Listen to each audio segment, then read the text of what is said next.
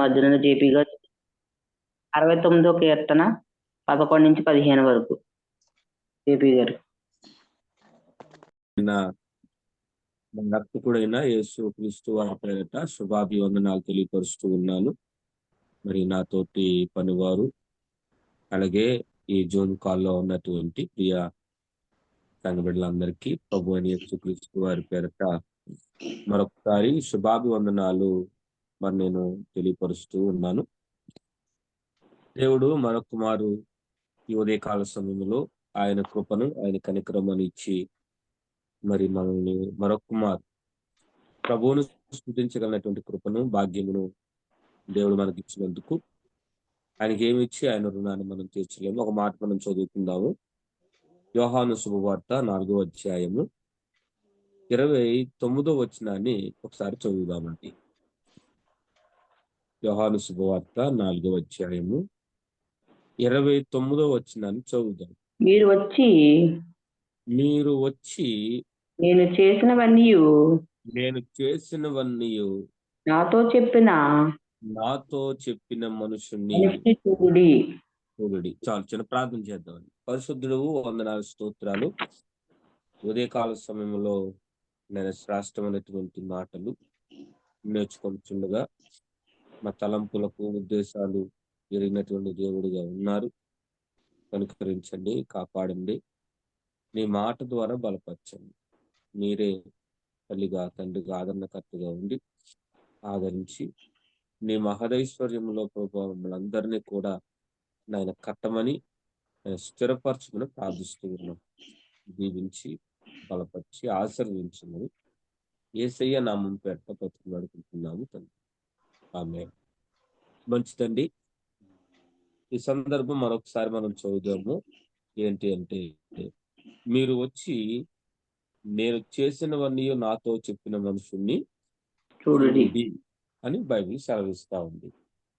ఈ సందర్భం మనకు అర్థం కావాలంటే మొదటిగా మనము యేసుక్రీస్తు వారికి సమరయ స్త్రీకి జరిగినటువంటి ఆ సంఘటన మనం నేర్చుకోవడానికి, తెలుసుకోవడానికి మరి మనము చూడాలి. ఇక్కడ జరిగినటువంటి సందర్భం ఏంటో ఒకసారి జాగ్రత్తగా ఆలోచన చేయగలిగితే ఇక్కడ తేటతెల్లగా రాయబడతా ఉంది. యేసుక్రీస్తు వారు మరి సమరయ మార్గమును వెళ్తున్నప్పుడు సమరయలో ఉన్నటువంటి సుకారు అనే ఒక ఊరిలోనికి మరి యేసయ్య ప్రయాణం చేసి అలసిపోయి ఉన్నప్పుడు యేసుక్రీస్తు వారు మరి ఆ పోగు బావి అనబడినటువంటి ఆ బావి దగ్గర కూర్చున్నప్పుడు అక్కడికి సమరయ స్త్రీ అనబడినటువంటి ఒక స్త్రీ మరి నీళ్లు చేరుకోవడానికి, అంటే నీళ్లు మరి పట్టుకెళ్ళడానికి అక్కడికి వచ్చినట్లుగా రావడమే కాదు, అక్కడ మరి కొంతమంది వారు కావలసినటువంటి దాహాన్ని వారు తీసుకుంటున్నట్టుగా బైబిల్ సెలవిస్తా ఉంది. అప్పుడు అక్కడ కూర్చున్నప్పుడు మరి సమరయ స్త్రీతో యేసయ్య మాట్లాడుతూ ఉన్నారు. ఏమని మాట్లాడుతూ ఉన్నారంటే, అమ్మ, మరి నీకు ఎంతమంది పెనిమిట్లు ఉన్నారు అని చెప్పి అడిగినప్పుడు ఆమె చెప్పే సమాధానం ఏంటంటే, చూడండి ఏమని మాట్లాడుతూ ఉందో 16వ వచనంలో 4:16. యేసు నువ్వు వెళ్ళి నీ పెనిమిటిని తీసుకొని ఎక్కడికి రమ్మని చెప్పెను. ఆ స్త్రీ నాకు పెనిమిటి లేడనగా యేసు ఆమెతో ఒక పెనిమిటి లేడని నీవు చెప్పిన మాట సరేనా? మాట సరేయా? నీకు 5 పెనిమిట్లుండిరి. ఇప్పుడు ఉన్నవాడు పెనిమిటి కాడు అని సత్యమే చెప్తున్నాను నేను. దేవుని స్తోత్రం. ఆమేన్. యేసుక్రీస్తు వారు అడిగారు, అమ్మా మరి నీ పెనిమిటిని కూడా పెట్టుకోండి తీసుకురా అని చెప్పి ఎప్పుడైతే అడిగారో ఆమె చెప్పినటువంటి సమాధానం కూడా చాలా మరి ఆశ్చర్యానికి గురి చేస్తా ఉంది. ఏమని చెప్పిందంటే, అసలు నాకు పెనిమిటిలే లేరని చెప్పింది.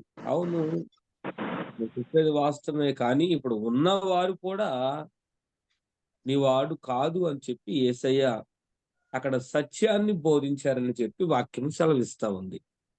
నిజమే. ఒక మాట మనం జ్ఞాపకం చేసుకోవాలి ఇక్కడ. ఏంటి అంటే యేసుక్రీస్తు వారు ఆమె వచ్చినటువంటి పని ఏంటంటే మంచినీళ్ళు తీసుకెళ్ళడానికి వచ్చింది. కానీ యేసుక్రీస్తు వారు అక్కడ ఆమెకి ఏం బోధిస్తూ ఉన్నారంటే సత్యాన్ని బోధిస్తూ ఉన్నారు. అంటే సత్యాన్ని తెలుసుకుంటే తన జీవితం ఏమవుతుందంటే బాగుపడుతుంది. సత్యం అనే మార్గంలో నడిస్తే తన కుటుంబం కట్టబడుతుంది. సత్యం అనే మార్గంలో రాగలిగితే తాను అనేక మందికి ఎలా కనపడుతుందంటే ఉపయోగకరంగా కనపడుతుందని చెప్పి యేసుక్రీస్తు వారు ఆమెకి వాక్యాన్ని బోధించినప్పుడు తన మనస్సును దేవుని వైపుకే ఉంచిందంటే మనసును పెట్టింది. అసలు చూడండి, ఉన్నది ఉన్నట్లుగా వాస్తవంగా చెప్తే అసలు వారు మనతో మాట్లాడతారండి వాళ్ళు? మాట్లాడే అవకాశమే లేదు. అవకాశం తర్వాత విషయం. అసలు దేవుడిని అమ్మడించరు. దేవుడిని అమ్మడించడమే కాదండి, మరలా ఆ ప్రాంతానికెళ్ళి ఏవండి అసలు ఆ దేవుని మాటలే చెప్పదండి. అలాంటిది ఆ సమరయ స్త్రీ సుకార్ అను ప్రాంతానికి ఏవండి ఎళ్లి మనం చదువుకున్నటువంటి మాట 29వ వచనంలో మీరును వచ్చి నేను నేను నేను చేసినవన్నీ చేసినవన్నీయు నాతో చెప్పిన చెప్పాడు. మనుషుల్ని చూడండి. చూడుడి అలా చెప్తా ఉంది. ఏంటంటే ఏం చెప్పాడు ఆమె గురించి యేసయ్య? యేసయ్య ఆమె గురించి ఏమైనా మంచి చెప్పాడా అండి? చెడ్డ చెప్పాడండి. యేసయ్య ఏమన్నా నువ్వు అదృష్టవంతురాలువమ్మా, చాలా భాగ్యవంతురాలు నువ్వు అని చెప్పి యేసయ్య ఏమన్నా దీవించాడండి ఆవిడని? లేదు. ఆమెలో ఉన్నటువంటి అవిధేయతను, ఆమెలో ఉన్నటువంటి బలహీనతను, ఆమెలో ఉన్నటువంటి ఉపయోగం లేనటువంటి దానిని ఎత్తి చూపించినప్పుడు ఆమె సత్యమనే యేసు నోటి నుంచి వస్తున్నటువంటి ఆ మాటను విన్నప్పుడు తన హృదయము కదిలించబడింది. దేని స్తోత్రం కలుగును గాక. కదిలించడమే కాదండి, తాను ఒక మార్పు అనేది కోరుకుంటా ఉంది. తన జీవితాన్ని బాగు చేసుకోవాలని, తన కుటుంబాన్ని కట్టుకోవాలని పాపం అందరూ కలిసి ఆమెకి ఊరు చివర యేసారండి గుడిసె ఒకటి. అందరూ కూడా ఆమెను హేళన చేశారు. ఎందుకంటే ఆమెకి విలువ లేనటువంటి జీవితం గడుపుతా ఉంది. చిన్నలు తిడతా ఉన్నారు, పెద్దలు తిడతా ఉన్నారు.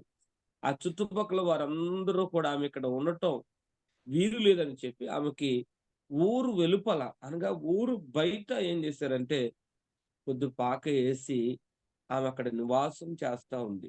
ఇంచుమించు మరి అక్కడ ఎవ్వరు లేని సమయంలో ఆమె మంచినీళ్ళు చేదుకోవడానికి వచ్చినప్పుడు హృదయ రహస్యంలో ఎరిగినటువంటి నా యేసయ్య ఆమెతో మాట్లాడుతా ఉన్నాడు. దాని స్తోత్రం కలుగును గాక. వెంటనే తన జీవితం గురించి ఎప్పుడైతే యేసయ్య అద్దములో కనబడినట్లుగా మాట్లాడాడో తన హృదయం ఒక బ్రద్దలయ్యి ఆమె అంటున్నటువంటి మాట ఏంటంటే "ఉమ్, ఉమ్, ఉమ్, మీరు కూడా రండి, మీరు కూడా వచ్చి నేను చేసినవన్నీ కూడా నాతో చెప్పాడు" అని చెప్పి ఆ వారందరినీ కూడా ఏం చేస్తా ఉందంటే పిలుస్తా ఉందండి. వాళ్ళ కోసం బాధపడతా ఉంది. వాళ్ళు ఆ మనుషులందరూ కూడా ఒకానొక సమయంలో ఎవరిని అవమానించారండి? సమరయ యేసు స్త్రీని బాధ పెట్టారండి. సమరయ స్త్రీని అవమానించారు. సమరయ స్త్రీని ఆ ఊరు లోపటికి రాకోకుండా అందరూ కూడా ఏం చేశారంటే ఒక ఆమెని ఒక చిన్న చూపు చూశారు. అలాంటి వ్యక్తి తన జీవితంలో చెప్పినటువంటి వాస్తవాన్ని బట్టి తాను చేసినటువంటి అతిక్రమములు అక్కడ ఒప్పుకుని దేవుడు నేను చేసినవన్నీ అక్కడ మంచి అని చెప్పి అక్కడ ఏమి రాయబడలేదండి. అక్కడ నేను చేసినవన్నీ కూడా నాతో చెప్పినటువంటి మనుషుల్ని నేను చూశాను, కాబట్టి మీరు రండి అని చెప్పి ఆ సమరయ్య ప్రాంతంలో ఉన్నటువంటి సుకార్ అన్న ప్రాంతంలోకి వెళ్ళి అందరినీ పోగు చేసిందంటే పోగు చేస్తే అక్కడ జరిగినటువంటి సంగతి చూడండి. వారు ఊరిలో నుండి బయలుదేరి ఆయన యొద్దకు వచ్చుచుండిరి. వచ్చుచుండిరి. నేను స్తోత్రం కలుగును గాక. ఏ హల్లెలూయా. మనిషి పిలిస్తే దేవుని దగ్గరికి వచ్చారండి వాళ్ళంతా? ఏ మనిషి పిలిస్తే వచ్చారు?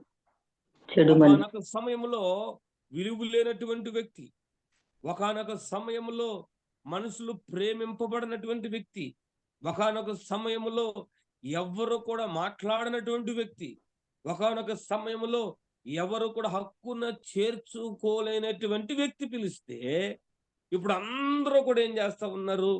గుంపులుగా ఏవండి బారులు తీరనటువంటి జనం పరుగు పరుగున వస్తా ఉన్నారు.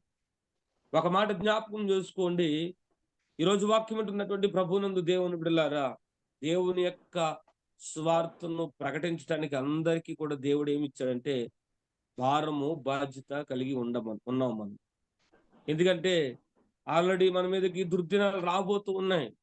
శాప కింద నీరులాగా ఏమండి అనేక ప్రాంతాలలో దేవుని యొక్క స్వార్థను అడ్డుకుని దేవుని యొక్క మాటలు ఏమండి ప్రకటించుకోకుండా ఏమండి అవమానిస్తున్నటువంటి వారు, నిందిస్తున్నటువంటి వారు, సేవకులను కొడుతున్నటువంటి వారు ఏమండి అనేక మంది కనపడతా ఉన్నారు. నేను అంటాను కదండి, అందరికీ దేవుడు భారాన్ని అప్పగించాడండి. తనకి వెనుకున్నటువంటి స్థితిని మరిచి ముందున్నటువంటి పరుగు పందెంలో ఓపికతో పరిగెత్తాలని చెప్పి సమరయ స్త్రీ ఏం చేసిందంటే, తనకున్నటువంటి అవమానాన్ని చూడలేదు, తనకున్నటువంటి నిందలు చూడలేదు, తనకున్నటువంటి ఆ వేదన, తనకున్నటువంటి బాధను ఏమీ చూడక యేసు హృదయాన్ని ఏం చేసిందంటే సమర్పించుకుంది. సమర్పించుకోవడమే కాదండి, ప్రాంతానికి వెళ్ళి అందరికి చెప్తా ఉంది, అయ్యలారా అమ్మలారా వినండి, నా మాట వినండి, నేను చేసిన ప్రతిదీ కూడా ఆయన నాతో చెప్పినారు కనుక మీరందరూ కూడా రావాలని చెప్పి వాళ్ళ కాళ్ళ ఏళ్ళ గడ్డం బట్టి బ్రతిమలాడుతూ ఉంటే వాళ్ళంతా కూడా ఎక్కడికి వచ్చారంటే యేసయ్య దగ్గరికి వచ్చారు. దేవుని స్తోత్రం కలుగును గాక. ఎప్పుడైతే యేసయ్య దగ్గరికి వచ్చారో వారికి ఏమన్నా ఒక ఉన్నతమైనటువంటి దేవుని యొక్క వర్తమానం అందించడమే కాదండి, వారంతా కూడా కలిసి ఏమండి ఒక మంచి స్థలములో, ఉన్నతమైనటువంటి ఎత్తైన స్థలములో వారు ఆరాధన చేస్తూ ఉన్నట్లుగా బైబిల్ సెలవిస్తా ఉందండి. ఈ పూట వాక్యం ఉంటున్నటువంటి ప్రభునందు దేవుని బిడ్డలారా, మనలో ఉన్నటువంటి ఆ అవిధేయత, మనలో ఉన్నటువంటి ఆ పాపపు బీజాన్నే మనం చూస్తాము తప్ప, లోకము ఎలాంటిదంటే లోకము ఏదైనా చేయటానికి ఇష్టపడుతుంది. లోకానికి మనుషులు మనం ఎలా ఉండాలంటే సపరేట్ గా ఉండాలి, ప్రత్యేకంగా ఉండాలి. లోకంలో ఉన్నంతసేపు కూడా దేవుని యొక్క కార్యాలు చూడలేం మనం. లోకముతో మనం మితమైనంత వరకు కూడా దేవుని యొక్క ఆశీర్వాదం పొందలేం. మనం సపరేట్ కావాలి. ఎప్పుడైతే సమరయ స్త్రీ ప్రత్యేకించబడింది ఏంటంటే, తన పాపాన్ని ఎప్పుడైతే ఒప్పుకుని పాదాల మీద పడిందో తన హృదయం ఏమైందంటే కదిలించబడింది. మొదటిగా నేను చెప్తా ఉన్నాను కదండి, ఈ రోజున వాక్యం పుట్టినటువంటి మన జీవితంలో దేవుడు ఈ 2024లో ఎవరైతే మన కుటుంబాలు ఇంకా రక్షించబడాలో, మొదటిగా మన కుటుంబాన్ని మనం ఏం చేయాలంటే రక్షించుకోవాలి. మన కుటుంబాలన్నీ కూడా ప్రభు సన్నిధిలో ఉంటే మనము అనేక మందికి దేవుని యొక్క స్వార్థను చెప్పడానికి అవకాశం ఉంది. మొదటిగా మన కుటుంబాలు ఒకవేళ రక్షించబడకపోతే మనం పూర్తిగా కుటుంబాల గురించి మాట్లాడే అర్హత మనకి లేదు. ఎందుకంటే మన కుటుంబంలోనే బలహీనలు ఉంటారు, మన కుటుంబంలోనే ఎరుకకు లాగేవారు ఉంటారు, మన కుటుంబంలోనే అవమానించేవారు ఉంటారు, మన కుటుంబంలోనే హేళన చేసేవారు ఉంటారు, మన కుటుంబంలోనే ఎందుగా నీకు ఇవన్నీ అని చెప్పి ఏమండి మన ప్రయత్నాన్ని వారు సన్నగిలేలాగా మాట్లాడేవారు చాలా మంది ఉంటారు. కానీ ఈ పూట నేను అంటున్నటువంటి మాట ఏంటంటే, సమరయ స్త్రీలో ఉన్నటువంటి ఆ ఉన్నతమైనటువంటి కృప ఈ తెల్లవారుజామున మనందరము కూడా పొందుకుందుము గాక. అలాంటి ఆశీర్వాదాలు మనతో కూడా అనేక మంది ఏం చేయాలంటే పొందుకోవాలి. ఇప్పుడు శాపం తీసుకురాదండి ఆమె, శాపాన్ని విడిచిపెట్టింది అక్కడ, పాపాన్ని విడిచిపెట్టింది అక్కడ. దేవుని యొక్క ఉన్నతమైనటువంటి ఆశీర్వాదాలు తన గ్రామంలోనికి తీసుకెళ్తా ఉంది, ఉన్నతమైనటువంటి వాక్యంలోనికి నడిపిస్తా ఉంది, ఉన్నతమైనటువంటి ఉపదేశాన్ని వారందరికీ పరిచయం చేస్తా ఉంది, ఉన్నతమైనటువంటి కృప స్థలమందు ఆవరించబడింది కనుక ఆయన ఏం చెప్తే ఆలు రావటం ఏంటంటే ఒకసారి ఆలోచించేయండి. ఈమెకు అందరూ పెట్టినటువంటి పేరు ఏంటంటే పాపాత్మురాలు అని పేరు పెట్టేశారు వాళ్ళు. ఏం పిలిస్తే వాళ్ళు రావటం ఏంటి? కానీ దేవుని యొక్క మహిమ వారి ముఖంలో కనపడతా ఉంది కనుక ఎప్పుడైతే పిలిచిందో ఆ పిలిచినటువంటి పిలుపు ప్రజలందరూ కూడా ఏమయ్యారంటే విధేయత కలిగి ఆమెలో ఏదో ప్రత్యేకత కనబడతా ఉంది. ఆమె పిలుపులో ప్రత్యేకత ఉంది, ఆమె మనసులో ప్రత్యేకత ఉంది, ఆమె ఆలోచనలో ప్రత్యేకత ఉంది, ఆమె విధానాల్లో ప్రత్యేకత ఉంది. కనుక మనం ఏం చేయాలంటే వెళ్ళాలి అని చెప్పి వారందరూ కూడా నిర్ణయం తీసుకుని దేవుని దగ్గరికి వచ్చి వారందరూ కూడా ఆత్మతోనూ సత్యముతోనూ ఆరాధించినట్లుగా వారి కొరకు ఎత్తైన స్థలములో ఒక ఉన్నతమైనటువంటి స్థలాన్ని వారి కలిగి ఉన్నట్లుగా బైబిల్ సెలవిస్తా ఉంది. ఈరోజు వాక్యం వింటున్నటువంటి ప్రభునందు దేవుని బిడ్డలారా, దేవుడు మనందరినీ పిలుస్తూ ఉన్నారు. దేవుని యొక్క కృప మనందరి మీద ఉంది. దేవుని యొక్క చిత్తము మనందరి మీద ఆవరించి ఉంది. గనుక ప్రభువు కొరకు మనం ఏం చేద్దామంటే ముందుకు నడిపించబడడానికి ఇష్టపడదాం. దేవుని యొక్క వాక్యాన్ని తెలియపరుద్దాం, దేవుని యొక్క మాటలు ప్రకటిద్దాం, దేవుని యొక్క ఉనికిని యావత్తు ప్రపంచానికి తెలిసేలాగా మనందరం కూడా కష్టపడడానికి ఇష్టపడితే దేవుడు అనేక మంది జీవితాల్లో మార్పు అనేది చూస్తాడు. నాకెందుకులే సమరయ స్త్రీ అనుకోవచ్చు. ఒకవేళ నాకెందుకండి ఆ గ్రామం గురించి, నాకెందుకండి బాబు, నేను రక్షించబడ్డాను చాలు, నేను దీవించబడ్డాను చాలు అని అనుకోవచ్చు. కాను లేదు, ఆమెకు ఒక భారం ఉంది, ఒక బాధ్యత ఉంది, ఒక కష్టం ఉంది, ఒక ఆవేదన ఉంది. ఏంటంటే నా ప్రాంతం అంతా కూడా నేను రక్షించాలి, నా గ్రామం అంతా కూడా నేను రక్షించాలని చెప్పి ప్రార్థన చేసి కన్నీరు పెట్టుకుని ఆ కుటుంబం కొరకు లేకపోతే ఆ గ్రామాల కొరకు ఒక ప్రత్యేకమైనటువంటి శ్రద్ధ అనేది ఆమె కలిగి ఉంది. కనుక దేవుడు ఆ ప్రాంతం అంతా కూడా రక్షించడానికి దేవుడు కృప చూపించారు. ఈ ఉదయకాల సమయంలో మనం కూడా అలాంటి వారముగా దేవుడు మనల్ని నిలబెట్టాలని మనము ప్రార్థనాపూర్వకంగా ఉంటే దేవుడు మన జీవితంలో అద్భుతాలను చేస్తాడు, ఆశ్చర్యకార్యాలు చేస్తారు. ఆశ్చర్యములు అద్భుతములు చేయటమే కాదు, నువ్వు ఒక బలమైనటువంటి స్థిరమైనటువంటి పిల్లర్గా దేవుడు మన ప్రాంతానికి మనందరినీ కూడా ఉంచాలని చెప్పి ఆశిస్తూ ఈ శుభదినమున్న ఈ వాక్యము మన కుటుంబములలో మనకు మేలుకరంగా ఉండాలని చెప్పి ప్రార్థిస్తూ ఈ కొద్ది మాటలు యేసయ్య మన వినికుల్లో దీవించి బలపరిచి ఆశీర్వదించుదురుగాక. ఆమేన్, ఆమేన్, ఆమేన్. ద్వారా నా తండ్రి మా అందరితో నాతో మాట్లాడారు ప్రభువా. యేసయ్య నీకు వందనాలు తండ్రి. నాయన తండ్రి డైరెక్ట్గా మాతో అందరితో మాట్లాడారు నాయన. ఈ యొక్క సమరయ స్త్రీ గురించి మాట్లాడారు ప్రభువా. ఆ స్త్రీ ప్రభువా నా తండ్రి నాయన అందరికీ నా ప్రభువా నాయన సువార్త అందజేసిన ప్రభువా. ఆ యొక్క తండ్రి చెప్పిన మాటలన్నీ ప్రభువా నా తండ్రి పరుగు వెళ్ళి ఆ యొక్క షుకార్ అనే ఊరిలో ప్రభువా నాయన అందరిని పోగు చేసుకుని ప్రభువా నా తండ్రి చెప్పి ఉన్నది ప్రభువా.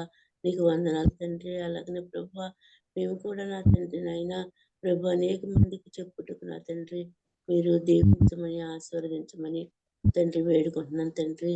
అలాగే తండ్రి వాక్యం చెప్పిన పాస్టర్ గారిని దీవించండి, ఆశీర్వదించిన ఆయన వాక్యం విని వదిలేయటం కాదు ప్రభు, దాని ప్రకారంగా నడుచుకున్నట్టుకు మీరే సహాయం చేసి మహిమ ఘనత ప్రభావాలు పొందమని యేసు నామమున అడుగుతున్నాను తండ్రి. ఆమేన్.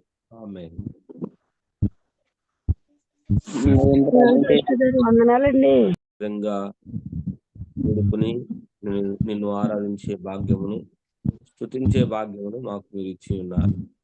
అందును బట్టి వందనములు. ఎందుకంటే 2 3 ఎక్కడైతే ఉంటారో అక్కడ నేను ఉన్నాను అని చెప్పి మీరు సెలవిచ్చి ఉన్నారు. మీరు మాతో ఉన్నారు, మేము మీతో ఉన్నాము. అందుని బట్టి మీ నామాన్ని కనపరుస్తూ ఉన్నారు. ఆయన ప్రియుడులు ఎంతమంది ఉద్యోగంలో ఉన్నారు. ఈ ఆరాధన పునరుద్ధానపు ఆరాధనలు మేమందరం కూడా పాల్పంపులు పొందడానికి ఉన్నారు. మరి ముఖ్యంగా తండ్రి నాయన భూమిలో ఉన్న ప్రతి వారికి ఆరోగ్యమును బలమును శక్తినివ్వండి. ఎవరు ఏమి బలహీనతతో నీ ముందుకు వచ్చారో మాకు తెలియదు, కానీ ప్రతి బలహీనత నుంచి వారిని విడిపించి ఆశీర్వాదం అనే నీ కృపలోనికి వారిని నడిపించి బలపరచు, సహాయం చేసి కృప చూపించమని నేను యేసు క్రీస్తు వారి పేరట అడుగుతూ ఉన్నాము. ఇంకా జూమ్లో ఉన్న అనేక మంది జాయిన్ కావడానికి మీ ద్వారం తెరవమని కృప చూపించమని, అటువంటి గ్రామాలలో మీ కొరకు ఒక బలమైనటువంటి సాధనాలుగా వాడుకోమని అడుగుతుంది. మరొక మారు దీవించి బలపరిచి మేలుతో నింపమని నీ కృప చూపాలని యేసయ్య నామం పెద్ద బతిమని అడుగుకుంటున్నాం తండ్రి. ఆమేన్. మన తండ్రి అయినటువంటి దేవాది దేవుని ప్రేమ, కుమారులని యేసుక్రీస్తు వారి కృప, పరిశుద్ధాత్మిక సహవాసం సన్నది కూడి వచ్చినటువంటి మనకు జూములో ఉన్నటువంటి వారికి, ఈ జూమును దాని ఆధిపత్యం కలిగి నడిపిస్తున్నటువంటి వారి కుటుంబాలకు సదాకాలం తోడే నడిపించబడుతుంది గాక. ఆమేన్. ఆమేన్. ఆమేన్. ఆమేన్. ఆమేన్.